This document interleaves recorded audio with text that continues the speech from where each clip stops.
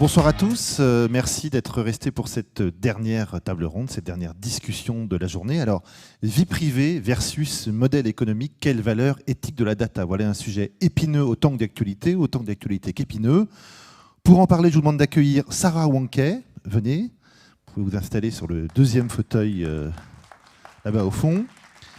Marie Lordoni, vous êtes à l'extrémité ici. Et au milieu de vous, Mario Stasi, exactement là. Alors, je vais prendre place. Alors, une petite explication de ce dont nous allons parler, et surtout une présentation un peu plus conforme de nos invités. Sommes-nous devenus tous des data, c'est-à-dire les innovations destinées à améliorer le bien-être, la santé, par exemple, le travail, implique des transferts de technologie, des transferts personnels aux acteurs économiques. Est-ce qu'on peut les mesurer? Les acteurs économiques en savent plus sur nous que les États. Est-ce qu'ils ont droit de se servir de tout cela? Et puis on va aller glisser au fur et à mesure de la discussion sur des sujets que vous connaissez tous, c'est-à-dire sur la liberté d'exploiter ces données, sur la liberté d'expression, sur le droit à l'information et sur le droit ou pas à l'insulte, où commence l'un, où s'arrête l'autre. Voilà des sujets effectivement très épineux. Alors, 3 personnes pour parler de tout cela. D'abord, vous, Sarah Wanke, vous êtes assistant général counsel et DPO Europe de la société américaine LiveRamp. Vous êtes en charge de la conformité de l'activité de la société au regard de la protection des données personnelles. C'est une entreprise américaine, donc je le disais, LiveRamp, qui propose des solutions numériques innovantes dans le domaine du marketing avec des clients comme par exemple Carrefour. Et je lisais récemment une intervention d'Alexandre Bompard, le patron de Carrefour, qui expliquait que nous voulons transformer Carrefour en une digital retail company. Alors ma première question, elle est toute bête. Qu'est-ce que le retail média et qu'est-ce qu'on peut en attendre, en espérer, voire en redouter? Alors, petit problème de micro. Je pense que c'est bon, réessayer.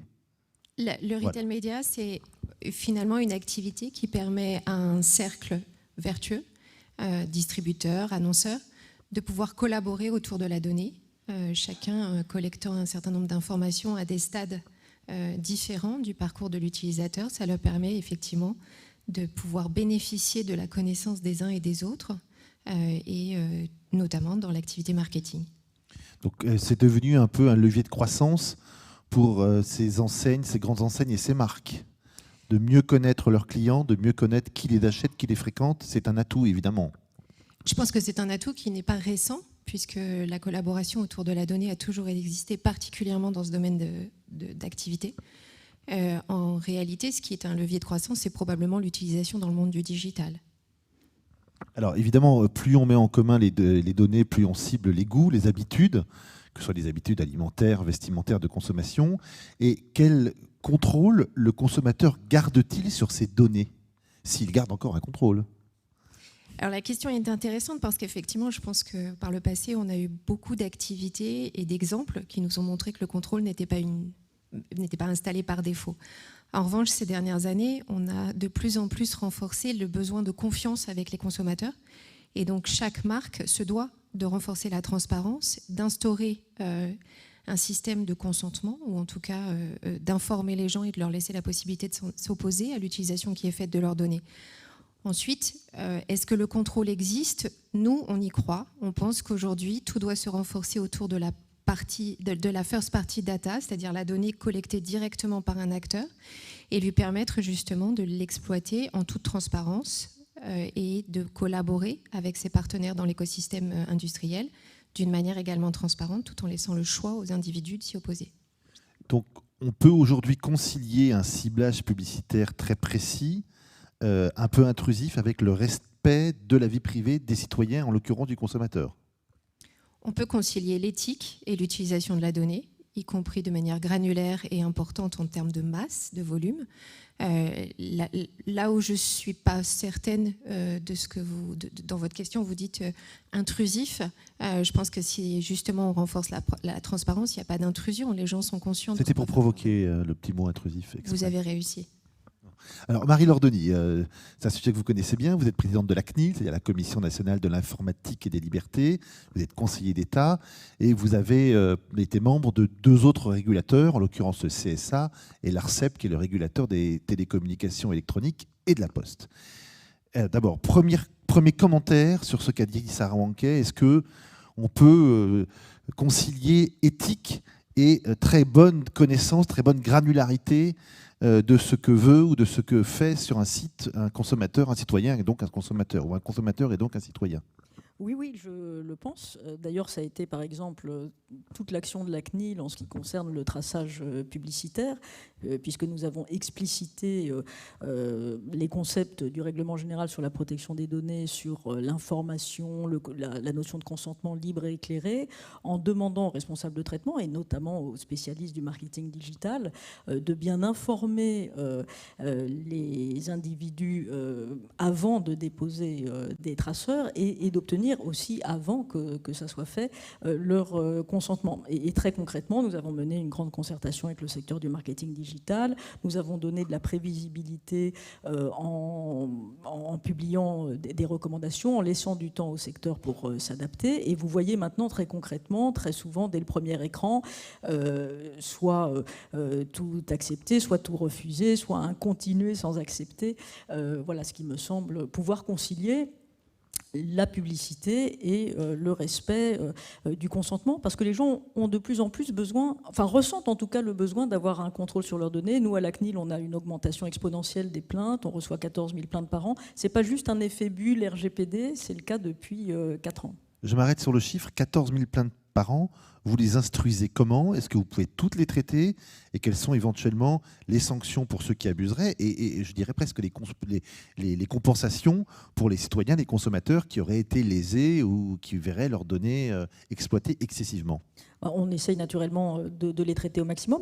Il y a même un projet de loi actuellement, mais qui va être certainement promulgué très prochainement, qui modifie encore, qui modifie la procédure répressive de la CNIL pour qu'elle soit encore plus efficace. Mais la plupart du temps, le simple fait d'écrire à un responsable de traitement qu'on a eu des plaintes l'amène à se mettre en conformité et à modifier les choses. Et quand c'est pas le cas, soit je peux mettre en demeure des responsables de traitement, soit il y a une commission des sanctions à la CNIL à laquelle je ne participe pas, qui peut prononcer des sanctions qui, depuis le RGPD, peuvent monter jusqu'à 4% du chiffre d'affaires mondial d'une entreprise.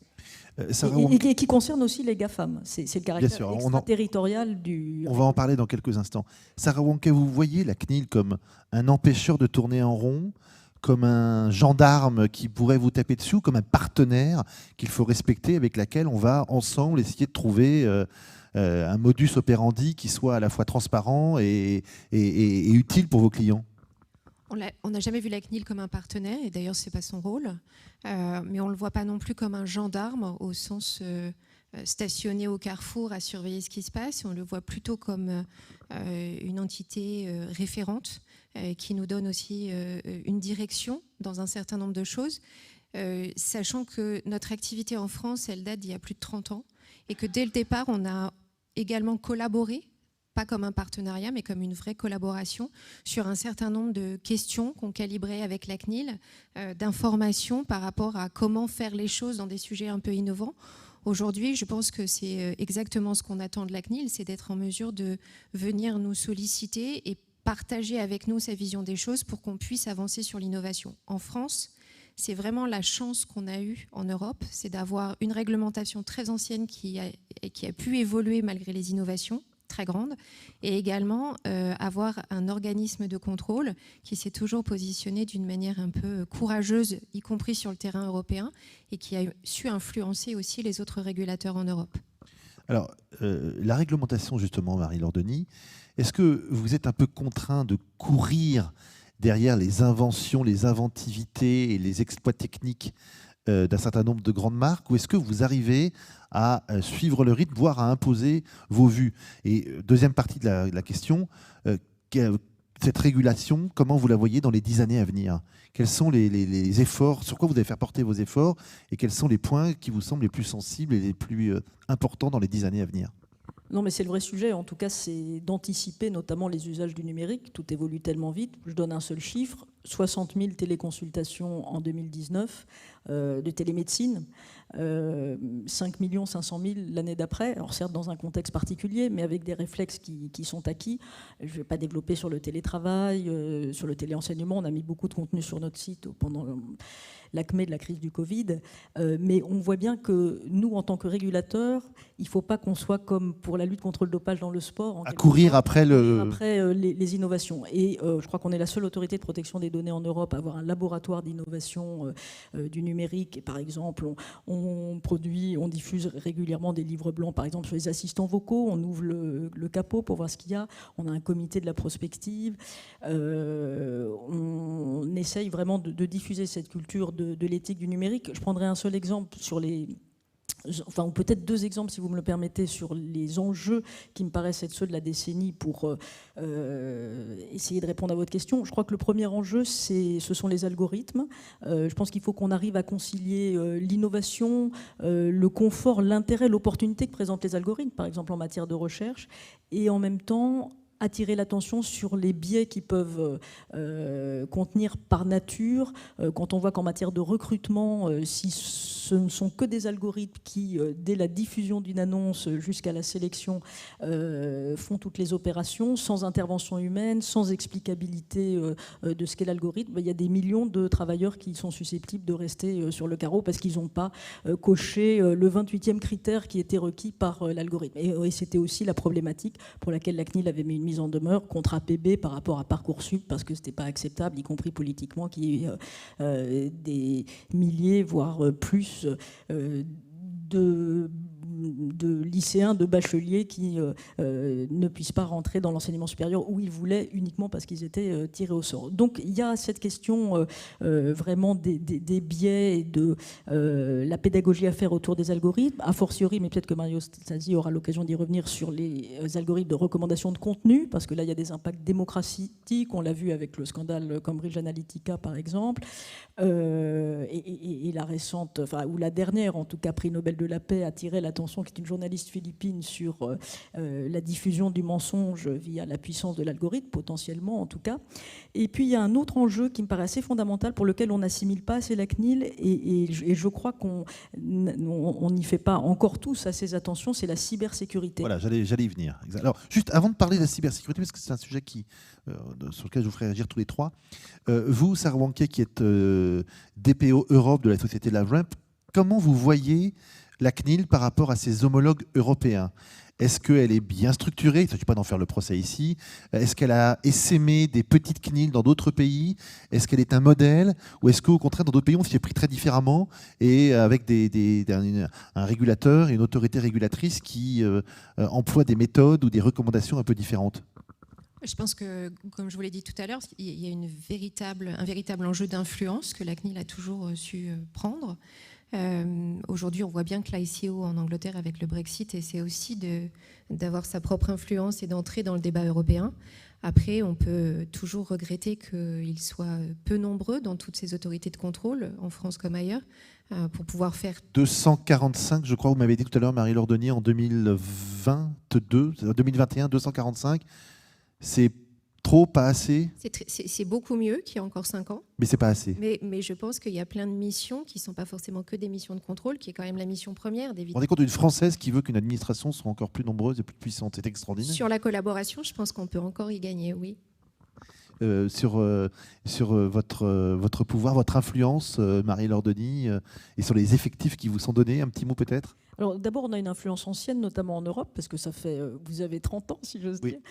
Nous, on a plus de 40 ans à la CNIL, donc je pense qu'on est la plus ancienne autorité de protection des données en Europe, et on joue un grand rôle au sein de ce qu'on appelle le Comité européen de la protection des données, l'ensemble des CNIL européennes, à la fois pour essayer d'harmoniser la doctrine et de pousser des pratiques qui soient respectueuses de la protection des données naturellement, mais aussi on traite maintenant maintenant, au niveau européen, c'est tout l'intérêt du RGPD.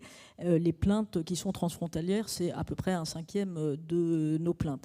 Ce qui est quand même un avantage pour une entreprise ou un individu de s'adresser à une seule CNIL et pas à 27, même si après tout n'est pas parfait. Mais voilà, pour essayer de répondre à votre question. Sur les ressources, à la fin de l'année prochaine, on sera 270. On aura cru de 25% en 3 ans dans un contexte budgétaire très contraint.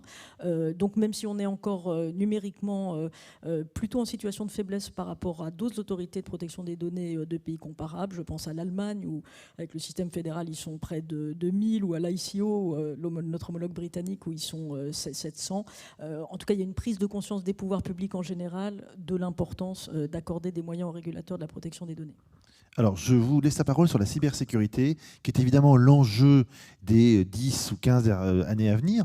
D'abord, qu'est-ce que le consommateur, qu'est-ce que le citoyen a à redouter en matière de cybersécurité? Est-ce que demain, on peut être tous les uns les autres, individuellement, collectivement, par son entreprise, soit qu'on nous dirige, soit dans laquelle on est salarié, redouter quelque chose, une attaque, voire des guerres, puisqu'il y a beaucoup de romans d'anticipation, des films d'anticipation qui disent que les conflits de demain seront des conflits autour de la cybersécurité. Alors, fantasme et réalité sur ce sujet.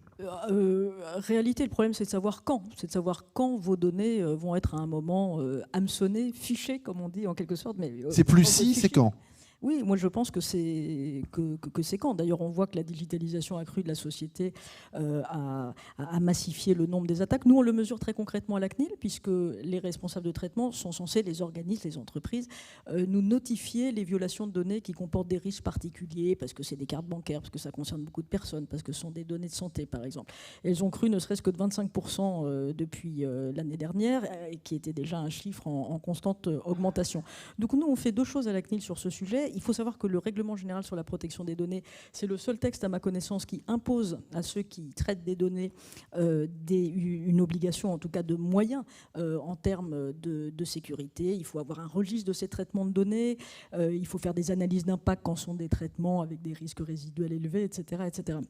Mais ce que je voudrais, c'est que vraiment les organismes, les entreprises, les administrations se rendent compte qu'il ne faut pas faire ça uniquement pour être en conformité avec un énième règlement, mais que c'est vraiment leur intérêt, que c'est leur intérêt de savoir quelles données elles ont, d'avoir une hygiène dans le traitement de leurs données, de les sécuriser parce qu'il y a un problème de confiance avec leurs clients, avec leurs administrés, que c'est leur propre intérêt en termes d'enjeux réputationnels. Et puis il faut bien voir qu'en termes de coûts, c'est certes complexe, coûteux, il faut que ce sujet soit abordé au niveau de la gouvernance des entreprises et des administrations, mais ça peut être encore plus coûteux, quand ça ne met pas totalement, le cas échéant, l'organisme ou l'entreprise par terre, de prendre après coup les mesures qu'il faut pour remettre les systèmes d'information à niveau.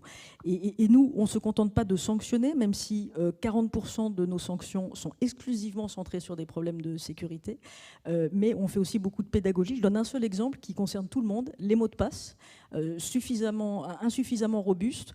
La date de naissance, le 0000 10 fois, ça c'est à proscrire totalement et définitivement. Voilà, et ben nous, on a conçu un outil où si vous avez une phrase qui, de façon mémotechnique, est assez facile pour vous de retenir, vous la mettez en quelque sorte, vous la servez à cet outil et il vous sort un mot de passe qui sera tout à fait personnalisé, robuste, etc. Bon, voilà, donc il y a beaucoup de pédagogie, on fait beaucoup d'accompagnement sur le sujet, on est très actif dans l'écosystème de la cybersécurité. Sarah Banquet, pour vos clients aussi, la cybersécurité, c'est une obsession ou ça reste quelque chose d'assez lointain? Non, c'est une obsession, surtout quand ils doivent remettre leurs données à une société tierce. Et pour LiveRoam, ça a toujours été une obsession. Pourtant, on ne traite pas de données sensibles, ni bancaires, ni santé en Europe. Donc, la sécurité c'est obligatoire et ça doit être au plus haut niveau. D'accord. Mario Stasi, on ne vous a pas encore entendu, avocat au barreau de Paris, au cabinet Obadia et Stasi, vous êtes spécialisé dans le droit pénal de la santé et la responsabilité pénale et médicale, justement, et en droit pénal économique et financier. Vous présidez aussi la LICRA depuis 2017, on en parlera un petit peu plus tard. La cybersécurité dans les données de médecine, dans les données médicales, c'est quelque chose qui commence à arriver dans vos cabinets ou c'est encore secondaire? Non, c'est quelque chose qui commence à... On ne voit pas pourquoi d'ailleurs les cabinets médicaux ou les entreprises de médecine de règle générale échapperaient à la règle. Mais à la LICRA, on a été hacké 3 ou 4 fois, par exemple. Donc la cybersécurité, c'est vraiment un danger qui n'épargne personne. Donc j'écoute avec attention tout ce que vous venez de nous expliquer. C'est vrai que c'est un risque, c'est un risque continu et quotidien. Voilà. Ceci étant, ce qui traverse la LICRA et les risques, je vois devant moi le sujet qui nous est posé, c'est plus un autre risque que celui de la cybersécurité qui nous obsède en ce moment. C'est de savoir comment, de ce monde virtuel et des réseaux sociaux et de la data, on arrive aux mêmes problématiques finalement de responsabilité et d'éthique de ce monde physique. Juste, Marie Nordoni m'a fait signe pour éventuellement commenter ce que vous avez dit sur la cybersécurité. Après, on revient sur... Juste un mot, parce que j'ai déjà beaucoup trop parlé par rapport à Mario Stasi. On est habitué en ce moment à ce qu'il y ait des Rassurez-vous, je rétablirai l'équilibre avant la fin. Il nous reste une demi-heure. Je sais attendre. Voilà. C'était par élégance. C'est très aimable à vous, j'y suis très sensible. Non, juste pour dire que les données de santé, oui, c'est vraiment... la France est une mine d'or pour les données de santé, notamment, alors pour la recherche, c'est très bien, mais notamment pour les hackers. Il y a des hôpitaux aussi qui sont attaqués, donc, alors qu'ils n'ont pas nécessairement beaucoup d'argent, les hôpitaux publics, donc on voit bien qu'il n'y a pas qu'une question de rançon, entre guillemets. Et la CNIL, très concrètement, par exemple, sur ce sujet-là, y compris de façon plus ciblée, plus individuelle, a diffusé un référentiel pour les cabinets médicaux, par exemple, parce que même les médecins ou un cabinet de médecins, ils ont des mesures un peu basiques à prendre et on fait beaucoup de pédagogie sur ce sujet. Enfin, c'est un sujet absolument essentiel, les données de santé. Alors, on va revenir à votre sujet principal, Mario Stasi, comme président de la LICRA. Vous l'êtes depuis 2017. On voit bien aujourd'hui que des questions fondamentales se posent sur liberté d'expression, liberté d'information. Où s'arrête-t-elle l'une et l'autre et où commence l'insulte, le racisme? On sent qu'il y a une jurisprudence et une pratique très évolutive. Est-ce que je me trompe? En tout cas, il y a un fort souci politique de responsabilisation des acteurs sur les réseaux sociaux, un fort souci politique qui doit obséder les acteurs politiques. Je veux dire par là que il y a deux directives européennes, il y a la loi d'août du 24 août 2021, dont d'ailleurs le titre est assez joli, puisque c'est garantir le respect des principes de la République et des exigences minimales de la vie en société. Ça veut tout dire et pas grand-chose. C'est dire que lorsque l'on se penche maintenant sur les responsabilisations, les responsabilités en cause dans le cadre des réseaux sociaux, on parle d'exigences minimales de la vie en société. Je veux dire par là que les plateformes doivent être et vont l'être de plus en plus responsabilisés. Et que cet espace de liberté que sont les réseaux sociaux... Ce qui n'est pas le cas encore, ou très peu. Ce qui n'est pas le cas encore, ou très peu. La loi du 24 août est très incitative, puisqu'elle, sous autorité... D'abord, les décrets d'application n'ont pas encore été pris, mais sous autorité du CSA, les plateformes devront mettre en place un système de modération et pour essayer de faire en sorte que l'on sorte du bon vouloir d'un partenaire privé et que la puissance souvent publique... installé sur un autre continent. Voilà, et que avec une représentation en Europe ou en France, avec des réponses enfin efficaces aux injonctions judiciaires, on puisse mettre en place un système régulé qui préserve encore la liberté d'expression sans faire en sorte que ce déversoir de haine auquel on assiste devienne exponentiel. Et il y a un juste équilibre dans la régulation à trouver entre cette liberté d'expression qui est indispensable et qui est, j'allais dire, une vertu, le débat public sur les réseaux sociaux, et quand même un certain nombre de régulations avec, moi je pense, une intervention de l'État de droit, qui viennent subroger aux GAFAM le droit de dire « ça, je l'accepte, ça, je ne l'accepte pas ». Je prends toujours l'exemple caricatural sur un continent étranger, bien sûr, mais lorsque Twitter a décidé de supprimer le compte de Donald Trump, il était encore président quand même. Il était encore président, mais en passe de ne plus l'être. Oui, mais en passe de ne plus l'être. S'il était en passe de l'être à nouveau, je suis persuadé que Twitter n'aurait pas supprimé le compte de Donald Trump. Il s'agissait donc d'une décision, indépendamment du bien fondé, indépendamment du fond, d'une décision fortement inquiétante, puisque c'est cette entreprise privée qui a décidé d'elle-même de couper la ligne de discussion, l'espace de liberté d'expression d'un homme, quoi qu'on puisse en penser, sans qu'une autorité régalienne vienne ou confirmer, ou avaliser, ou autoriser, ou interdire. Et c'est justement contre ce monde-là que l'Union européenne, avec la DSA, la DMA, les 2 directives qui sont en passe d'être élaborées et qui vont être transcrites en droit français, c'est contre ce modèle-là que l'Europe choisit de mettre en place une régulation. Parce que il ne faut pas se leurrer. Aujourd'hui, l'anonymat est la règle.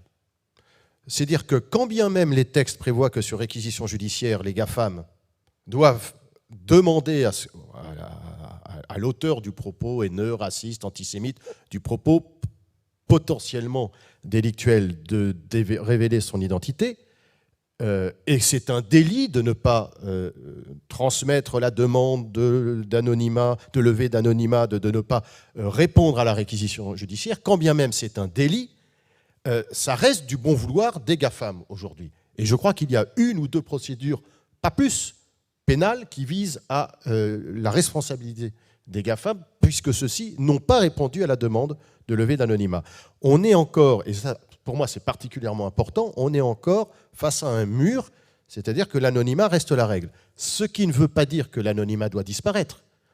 Il est des pays où la liberté d'expression bénéficie de l'anonymat, dans les pays totalitaires ou autres. Et il ne s'agit pas de supprimer l'anonymat des réseaux sociaux.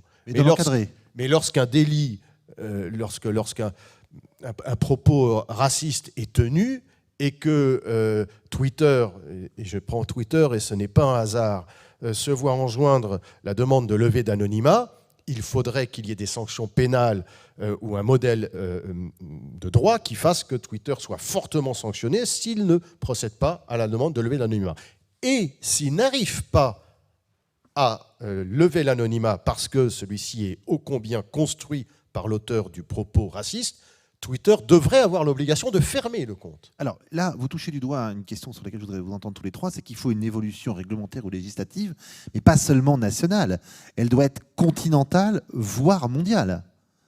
Pour l'instant, elle est européenne. Ce qui est déjà pas mal. Elle est européenne. Elle se construit lentement. Hein. Pas si lentement. Enfin, lentement. En tout cas, il y a une forte accélération depuis quelques mois. Enfin, je ne sais pas si Marie vous avez le même point de vue que le mien, mais les 2 directives sont quasiment écrites. Elles sont en phase d'élaboration finale. Et on a une loi du 24 août 2021 qui a anticipé sur les directives. Je rappelle qu'il y avait la loi Avia qui a été retoquée par le Conseil constitutionnel, d'ailleurs pour une bonne raison.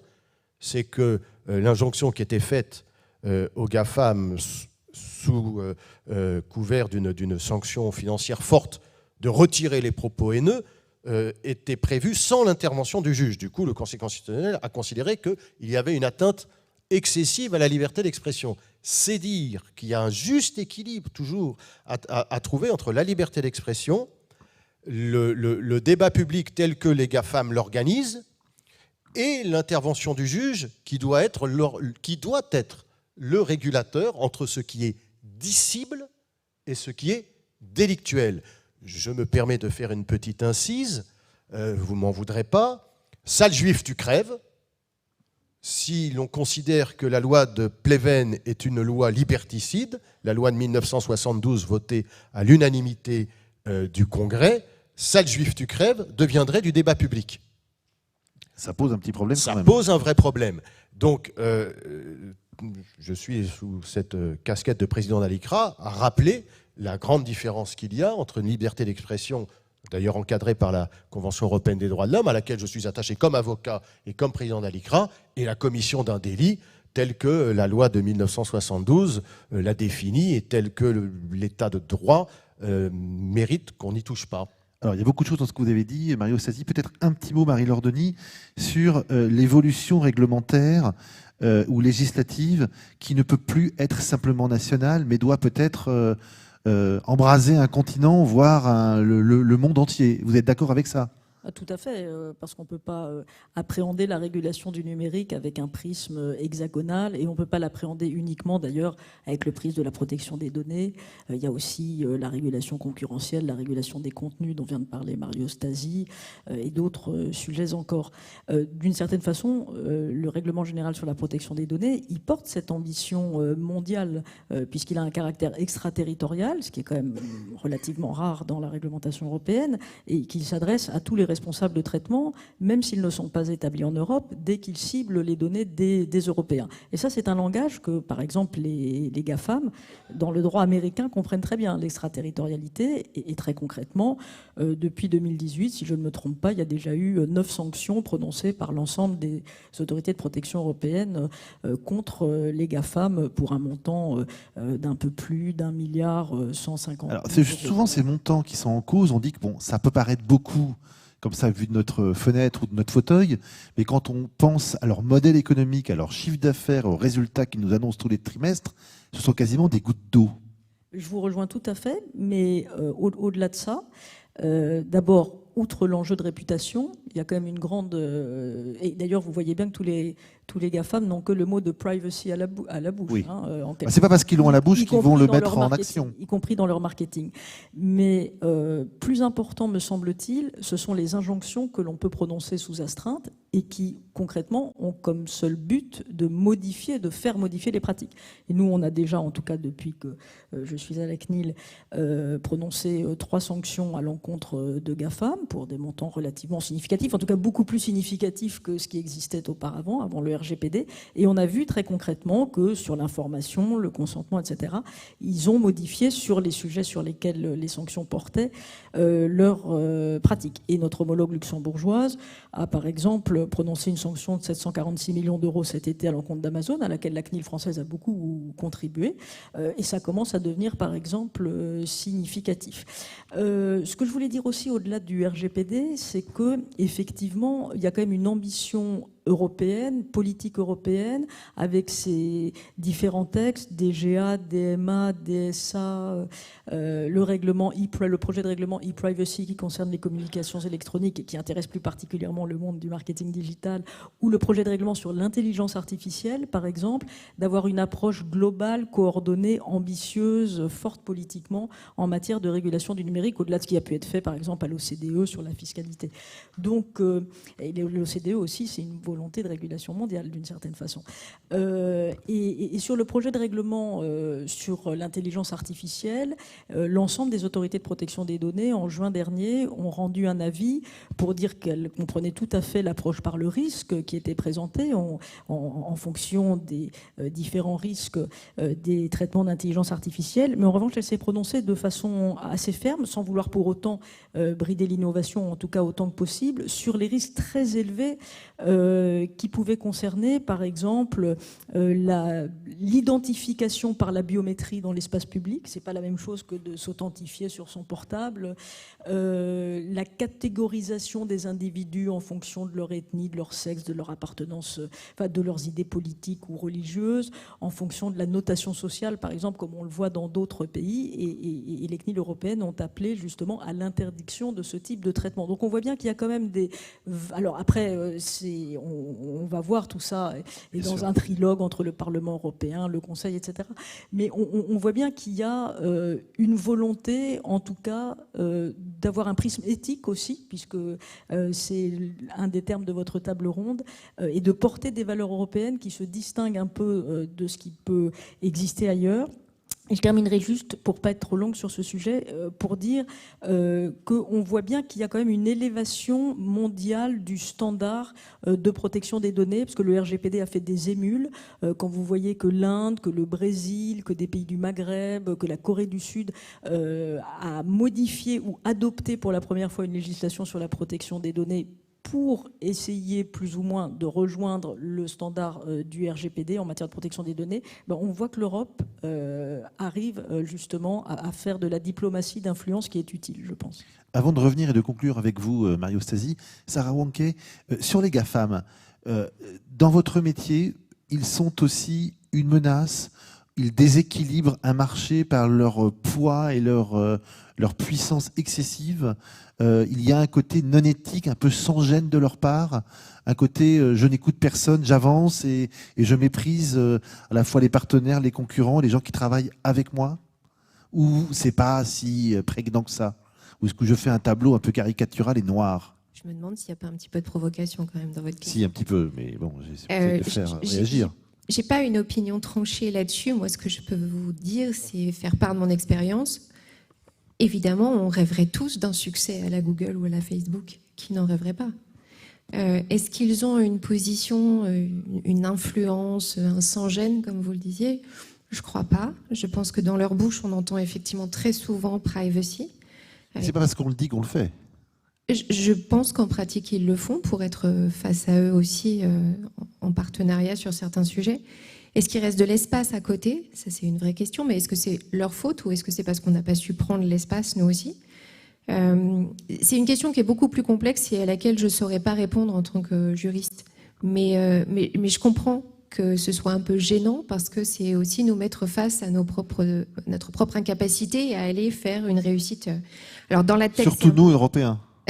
Dans la tech, c'est un petit peu différent parce qu'on a quand même eu cette French Tech qui a été d'abord une réputation et qui est maintenant reconnue. Après, ce que je voudrais dire, c'est que la nécessité d'avoir une réglementation globale, même si on l'a beaucoup critiqué au moment de la mise en œuvre du RGPD, parce qu'on pensait que cette harmonisation, ce souhait d'harmonisation qu'avait le régulateur était un souhait un peu vain.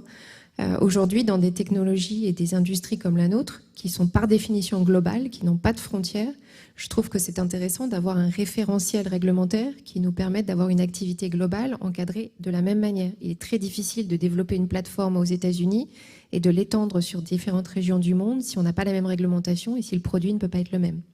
Mario Stasi? Oui, je voulais juste réagir, puisque il ne faut en effet pas caricaturer.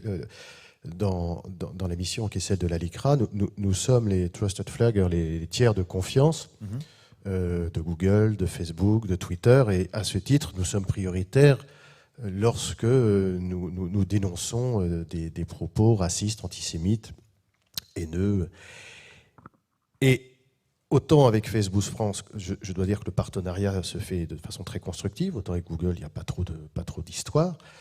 Avec Twitter, ça a toujours été très compliqué, à tel point qu'il y a eu une instance judiciaire au terme de laquelle un président d'un tribunal a considéré qu'il fallait mettre en place une médiation, puisqu'elle avait été saisie par diverses associations sur le système de modération de Twitter, puisqu'il était quasiment inconnu, en tout cas totalement occulte. Une médiation, fausse médiation d'ailleurs, a été fausse parce qu'ils n'ont pas joué le jeu pendant des mois et des mois et des mois, et finalement ils ont été condamnés sous astreinte à mettre en lumière quel était leur système de modération. C'est dire que on ne peut pas se satisfaire, c'est vraiment la conclusion que je veux tirer, du bon vouloir, de la bonne volonté ou de la mauvaise volonté d'un partenaire. Il faut vraiment qu'il y ait une régulation européenne. Je veux juste donner un exemple qui me fait toujours froid dans le dos, mais qui est tout à fait réel et qui montre parfois l'inconséquence, en l'occurrence là, de Twitter. Mois d'août 2020, la LICRA constate qu'il y a un compte Twitter d'un ressortissant tchétchène sur lequel il y a des propos antisémites. Et nous faisons notre job de tiers de confiance et nous dénonçons et nous informons Twitter officiellement de ce compte et de ce propos antisémite en demandant deux choses, la suppression des propos puis la suppression du compte. Bon, ils auraient pu faire l'un et l'autre. Ils ont supprimé les propos, ils ont laissé le compte, et le compte Twitter est celui de ce massacreur tchétchène qui a tué Samuel Paty. Bon, ah oui. Voyez, non mais bon, c'est-à-dire que on ne peut pas, pas de relation de cause à effet directement, non, mais c'est quand même suffisamment grave pour que on ne laisse pas l'initiative, le bon vouloir à un GAFAM, quand bien même il peut être de bonne, de mauvaise volonté, d'ignorance ou mal intentionné ou j'en sais rien. C'est pour ça vraiment que la régulation européenne est particulièrement importante. Marie-Laure Denis, là-dessus, une question conclusive pour tout le monde.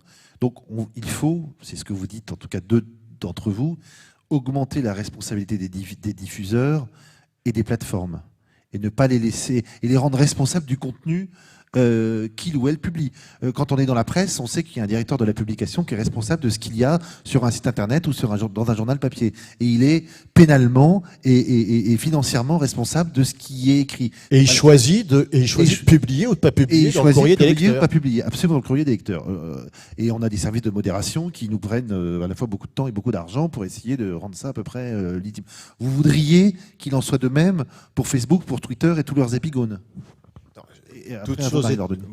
Toutes choses étant égales par ailleurs, mais il faudrait qu'on mette avec des délais, mais avec des injonctions, des délais, mais aussi des sanctions, et des sanctions non seulement financières, mais aussi pénales. Ça a déjà été un sacré pas en avant d'exiger qu'il y ait une représentation en Europe avec un point en France. C'est-à-dire jusqu'à peu, il était impossible ou très difficile d'assigner ou citer à comparaître, de faire citer à comparaître. Voilà, parce qu'il n'y avait pas de représentant en France. Donc on vient de loin. Le processus s'accélère, mais il faut aller toujours vers plus de responsabilisation sans pour autant exonérer le principal auteur. C'est celui qui, sous couvert d'anonymat, se permet de confondre liberté d'expression et commission d'un délit.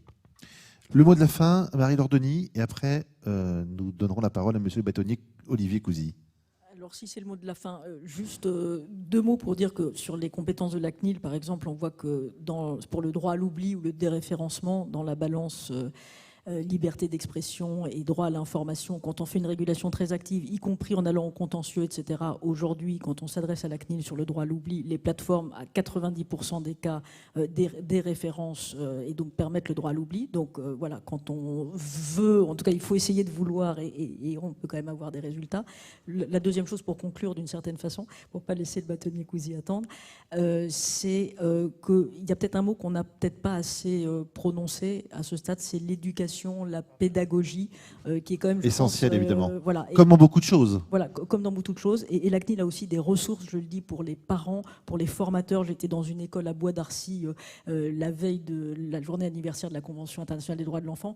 J'ai été enthousiasmée, ça donne du peps, de voir à quel point des enfants de CM2 peuvent, à l'âge où ils écoutent encore à peu près les adultes, intégrer des principes tout à fait ou des réflexes essentiels en matière de protection des données. Parce que le paradoxe des Français, c'est qu'ils craignent beaucoup l'État, mais ils sont beaucoup moins attentifs aux données qu'ils donnent sans comprendre très bien pourquoi, comment et comment elles vont être utilisées à des grands acteurs privés. Voilà. Oui, juste d'un mot, c'est évidemment indispensable.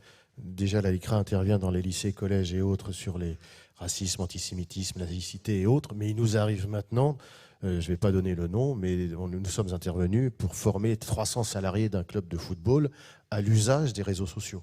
Voilà. Donc ça doit être un grand club de football. C'est un grand club de football. Pour prévenir, d'ailleurs, d'éventuels dérapages par ignorance, amalgame ou autre. Donc c'est vrai, c'est un mot primordial qu'on avait oublié de formuler. Tout à fait.